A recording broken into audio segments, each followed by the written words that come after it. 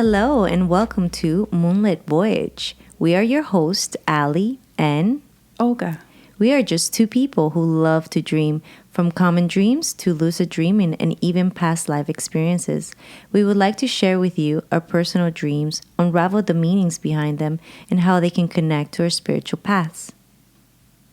In this episode, Olga will be sharing today with us the dream that pushed her curiosity into the rabbit hole of spirituality. She calls this dream the Ferris wheel. Have you ever had an experience that changed your perspective for the rest of your life? We decided to start with this dream because of her near-death experience 7 years ago. I hope you enjoy it. So here we go. The Ferris wheel dream. So in the beginning of this dream, I am literally on a Ferris wheel and I'm holding on to it. I'm not in one of the buckets. I'm holding on to it onto one of the bars as it's moving around and going around in a circle. And I'm kind of swinging back and forth, kind of precariously. I don't feel anything necessarily dangerous is happening. But as the Ferris wheel starts to get closer to the ground, I literally launch off and jump off and find myself in a huge warehouse. I mean, bigger than any room, any mall, any warehouse that I think I'd ever experienced in real life in terms of looking out at it. And before I can reach the inner workings of the warehouse, I have to pass through a group of people who are in handcuffs. And they're all connected. Each of these people are connected to each other. And they're looking at what looks like a plantation warehouse, like your typical white pillared White House.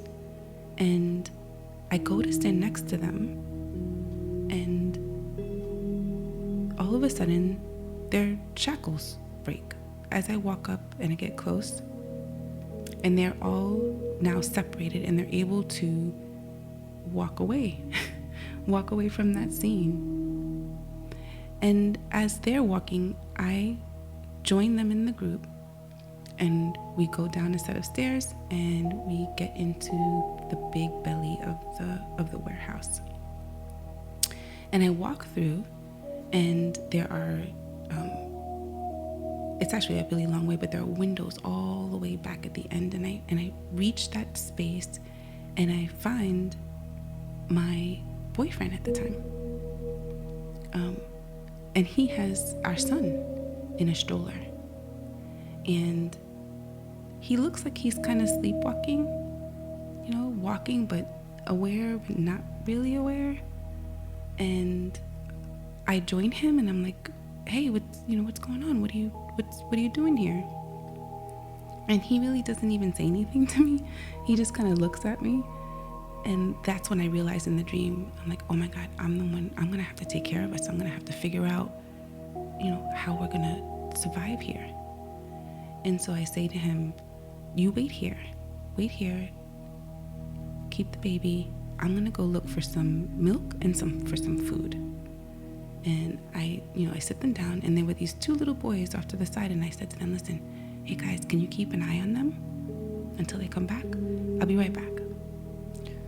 So I walk off and I find a room that is actually a huge buffet. Like, it has every kind of food that you could possibly think of. And it's a buffet style where there are people who are behind that are serving you. So you're not serving yourself. So I get in line. It's just a line of people. And I walk up to, the servers, and they put certain foods on my plate. Super excited that I had found the place that I'd be able to get what it is that I needed to take care of my family. And so I actually don't remember eating the food. I just remember being super excited and turning, leaving that room and going and hightailing it back to where my boyfriend and my son are. And a whole host of other people were in like a waiting area. So I go back there and I'm super excited, and I tell the boys and I tell everybody that would hear me, listen, there's food in this buffet. All you have to do is just kind of go that way. Just walk in that direction. It'll take about 10 minutes, right? I'm talking and they're not open. They're not really listening to me. It's almost like I'm, just talking out into the void. And then I kind of pay attention a little bit more. I'm like, okay, everybody that's in this area, it almost looks like it's a hospital room, kind of like where you're a seating area in a hospital room, and everybody's lined up, and they're all sleeping, including my boyfriend. Like, he's over there, and the baby is with these two kids. They're watching over him as I had asked them to. So I went over and I woke up my boyfriend. I said, hey, get up, we gotta go. You can't stay in here. Gotta wake up. So literally as if he were sleeping, he was very groggy, woke up. He came and he joined me, and we packed all of, whatever it was that we had into the bottom of the stroller. I said thank you to the boys. I told them, don't forget, you can go right over there and you can get, food, and they'll take care of you. You'll be fine. And then we left. So we're walking along, and we enter into another room. And in this room was a stage. It looked like what you would remember as like your high school auditorium room, right? With seats and clearly a stage. And as we're entering the room, there's someone right near the stage that says directly to me, so she has arrived. She's here. And I'm shocked. And everybody turns around to look at me. And I approach. And as I approach and I look for a place for us to sit, I look down at myself and I realize that I'm now dressed. Now, mind you, I hadn't noticed what I was wearing prior. But I looked down at myself and I noticed that I'm wearing this all-white outfit with what looked like, a headdress that looks like a crown, kind of, that matches my outfit. And we go, to sit down in our seats. We find a seat, and I'm actually sitting next to someone who, although I don't recognize who she is in the dream, I don't recognize the person's face, I can feel her essence in the dream. This is my friend from elementary school. And she's got her part too. And so does everybody else in the seats. And so the person in the front, who is the director, is telling us what our new roles are. And he says to me, you're the high priestess. And I was a little bit confused, didn't know what that meant. I was like, okay, I'll take it. And the dream ended. That's the dream. That's the Ferris wheel dream. Wow, Olga, that was pretty detailed dream. Do you mind taking us through some of the symbolism of it? Yeah, absolutely. I think this is one of the dreams that has revealed itself to me slowly over time. Right?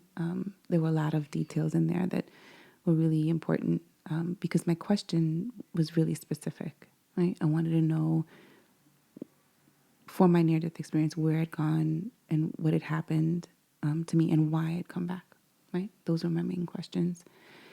And what I understood was that the Ferris wheel was actually a couple of different things. It was a cosmic clock. Okay. Right? And it was also my astrological clock.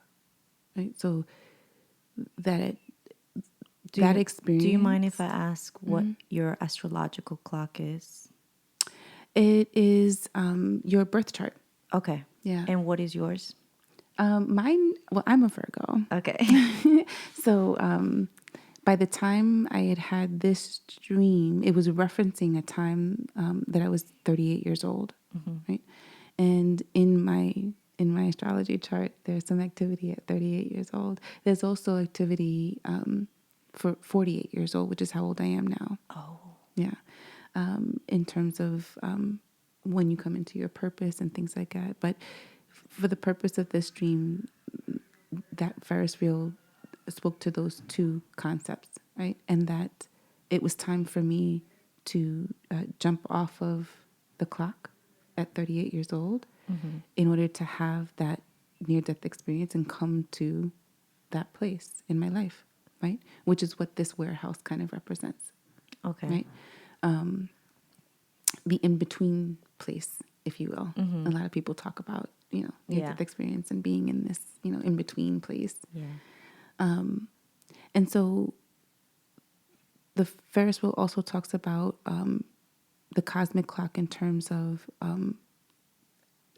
time for the human being, right? So it's specific to me, but it's also specific to what we're going to talk about a little bit later in terms of my role changing from before death into this new high priestess, right? Your mission, sort of. And my mission, right? Yeah. And it being a part of the cosmic clock, right? For humanity. And then the next part of the dream was my walking into a group of people who had been shackled, and upon my walking, towards them and being a part of their group, that they were unshackled. What does that mean to you, shackled? Handcuffed, feeling like you're trapped. Is that how you see people now in humanity? Yeah. Yeah. Yeah.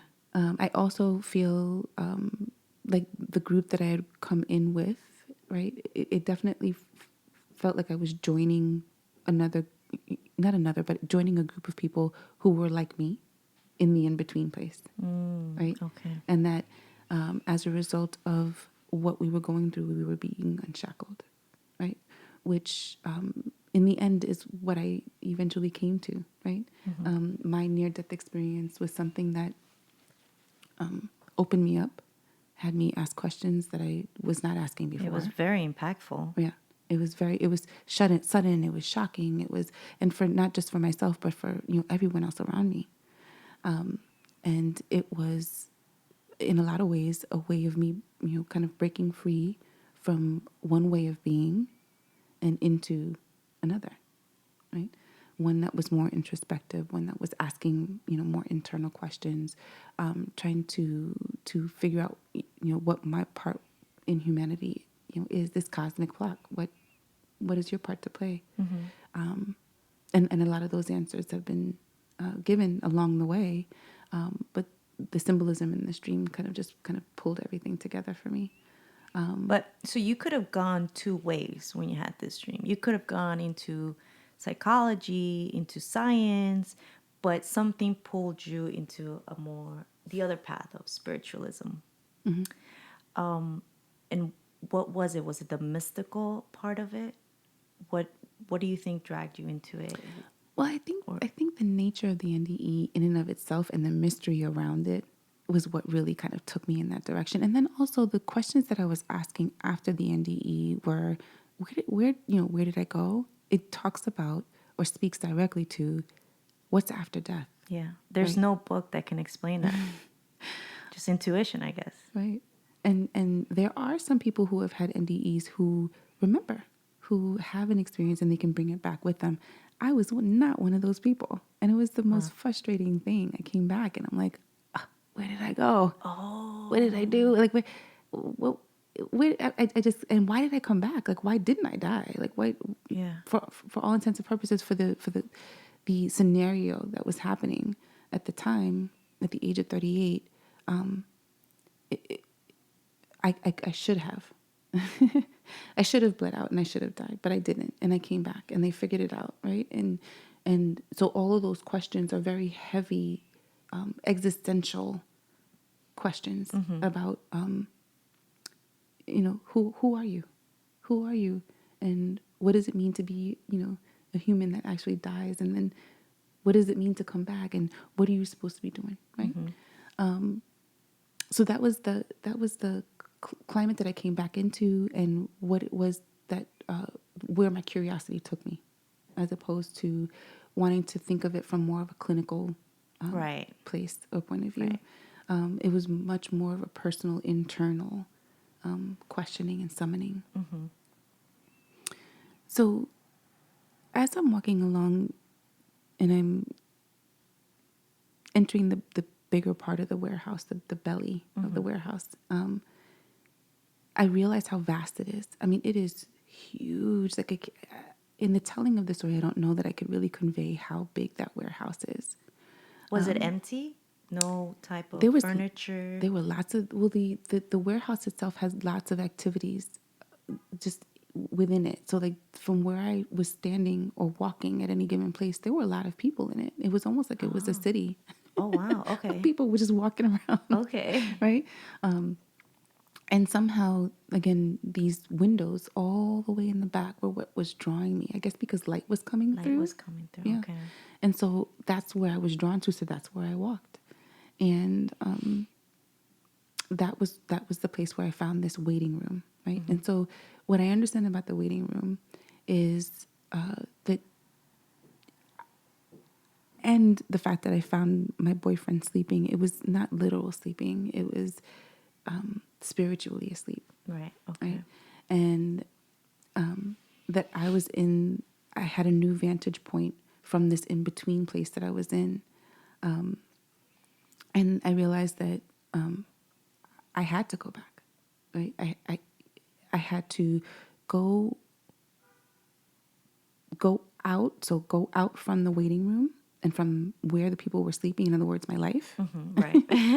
Leave the everyday hodgepodge where everybody's sleeping, including myself at The one rat point. race, yeah. Right? So I wake up, I'm now finding myself in this waiting room, and I'm like, well, I can't stay here. I can't, and these people are sleeping. I gotta survive. I gotta go figure out what's going on with my child and make sure I get some milk. And so I go on this quest to go find this place, and where I end up is this buffet room, right? And the significance of the buffet room is that, as you know, you go to a buffet, you can have anything you want, right? It's not like you're sitting down at a table, right? It's not just a confined menu. You can have anything, and you can have as much as you want, right?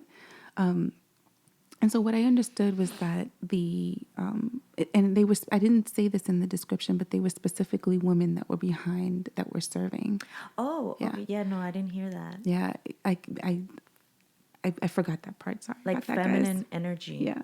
So what I understood later was that the buffet itself and the food itself was not physical sustenance. It was, spiritual and intellectual sustenance. It was wisdom and knowledge. Okay. And that I had left, that waiting room where everybody was asleep. In other words, a perception of 3D, to go out into the world and go find this wisdom and knowledge that I needed in order for me to be able to sustain myself and my family, right? So that is an indicator of finding sustenance for myself, but also for my lineage, right? Specifically my son and my boyfriend, but I later found out that it goes even further than that. Oh, okay. Right? But that being said, that the other thing that I noticed was that the women that were giving me the food, those were guides. Those were your spirit even guides? people in my life. Okay. Guides, Mentors. ancestors who were feeding me and funneling information to me that they chose, right? That I was curious about, right? That I definitely wanted, right? Because what they did was I'm standing in front of them and they'll ask me, do you want this? And I'll be like, yeah. And then they'll put it in my plate. Do you want this? I'd say, yeah. And then they'll put it in my plate. Oh. Do you want this? No, thank you. And then they'll move on to the next thing. Okay. Right? I remember now another detail coming up, and I'm sorry about this, but another detail That's came what up. happens. Yeah. Another detail came up, and there was a point where there was a specific kind of meat that I was very averted to, that I reacted to very, very strongly to. It was like, oh, no, no, no, no, no. And that's no indication of, meat versus anything else. It was just, that was what was the representation in the dream of something that I did not want to partake in as a symbol. So I understood that these women that were behind and they were serving me were all, like I said, ancestors, guides, people in my life, right? My relationships with women who were all sharing and providing me and leading me to, right, this information that I would need in order to be able to get back. So I walk back to the group. I go and I wake him up, or I attempt to, right? So that's another thing that I notice is that I go and I very strongly, tell my boyfriend, listen, wake up, come on, we got to go. And I almost like carry him along with me and kind of force him to come with me, because the alternative to that was leaving him behind, and I would not do that. I wouldn't. It's like, we're going together. Let's, gather up our things. And I remember being very, very thankful to these two little boys who were watching my baby, because had it not been for them, he would have been left alone. Yeah, and when you mentioned them, I couldn't help but picture guardian angels. That's what came up. Yeah. So. I don't know in real life, right? I don't think I've tapped into that part of whether or not there were angels that were, right? But it lends to it. It lends to presence, right? Watching over him. Innocence. Him specifically, because it's not as though, they were watching the both of them. Okay. Oh, it was just... or a group. They were watching him specifically for me, right? Almost like it was a favor. Yeah. Right? So that while I was away and I was doing this thing, right? So then the dream moves into this new scene with the stage, where I'm being pronounced by a director of sorts to be this new role. And clearly, I guess you could guess, right? This near-death experience moves me right into a place where I could take on a new role, right? I've taken the shackles off. I've gone to the buffet of wisdom and knowledge. I've taken my feed, if you will, and now I'm prepared to take on a new role. And the significance of the clothing and the determination of the high priestess is guardianship, right? So when you look at the tarot, the high priestess is in front of and guarding a sacred place of wisdom and knowledge. Wow. And so she's the new, not new, but for me, I was one of the new guardians of wisdom and knowledge and information. And when I received the dream at the time, I didn't understand what that meant. But the more that from that dream to now that I've been on my path, I understand a little bit more about what that role really means. That dream has always been like your back to reference to everything that you've revealed in your day, in your 2-day wisdom, what you've gained from it. Yeah. So the dream helped me to ground the experience. It also gave me some insight as to what kind of a time frame I'm on in my life, because up to that point, I didn't even think of my life as having a purpose, a higher purpose. Right. Yeah. Right. I thought of my roles. I thought of my role as a daughter, as a mother, as a soon-to-be wife, as an employee, as all of these things. But I hadn't thought of myself from a place of true higher purpose. Right. Right. And as well, that 10 years, right? 10-year period from then until now, because as we're recording this is 10 years right. from that NDE experience. I am super grateful for having had all of the experiences that I, after having had this dream, allowed myself to open up to. Right? So I guess what I'm saying here is that I had this dream and I knew that there was a high priestess to get to. I knew that there was wisdom and knowledge that was coming. Right? Mm-hmm. And so as a result of the dream, I was able to open myself up to that entire experience. And I'm grateful for it. And we're grateful for you sharing this story with us. It's amazing how our dreams can allow us to discover things about ourselves that we can't unravel in our awakened state due to distractions or our busy lives. Well, friends, we hope you enjoyed our episode. As always, we invite you to wake up through your dreams. If you would like to know more about Olga's near-death experience, click on the episode called NDE, where she explains in detail what she saw and how she felt at that moment, and also how it led her to the dream world. We would love to hear from you, so feel free to leave your comments, questions, or suggestions below of what you would like to hear next. Click the subscribe button to our YouTube channel and receive notifications for additional thought-provoking content.